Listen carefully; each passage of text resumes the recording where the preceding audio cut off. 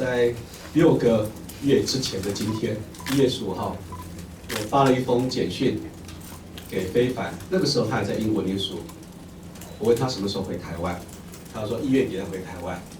那从那天开始，其实我的希望能够争取这位年轻的伙伴加入到民进党，加入到中央党部的工作。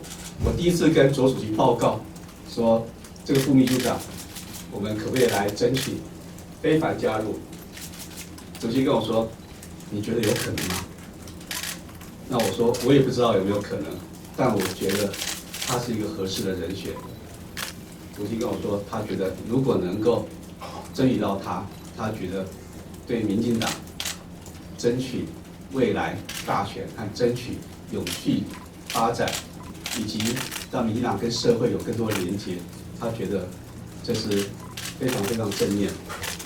那我想我先简单的说明为什么在这个时候选择接下这份工作。其实经历过非常漫长的思考跟多方的讨论。那也要感谢卓荣泰主席跟罗文嘉秘书长在这段时间的邀约。那我决定接下民进党副秘书长一职。那我特别要感谢卓主席跟文嘉秘书长。在过去一段时间，因为我思考了非常长一段时间。那也让他们非常苦恼，但他们始终没有放弃，也充满诚意的持续邀约，所以此时此刻我没有任何理由再推辞这一份工作。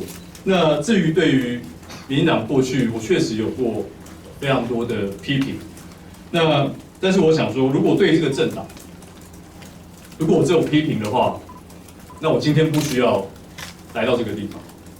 但如果对于这个政党的一切，我是毫无批评、全盘接受，那这个党今天也不会需要我来到这里。那我相信民进党过去有过很多外部的批判、内部的相互的辩论，跟各式各样路线的讨论。那这是民进党的常态，我相信也是很多国内政党的常态。那我希望我过去所说的话，能够成为这个政党往下一个阶段去的养分。那也有很多人会在这个过程当中批评我过去的立场，或批评我过去的一些主张。那我的立场还是一样，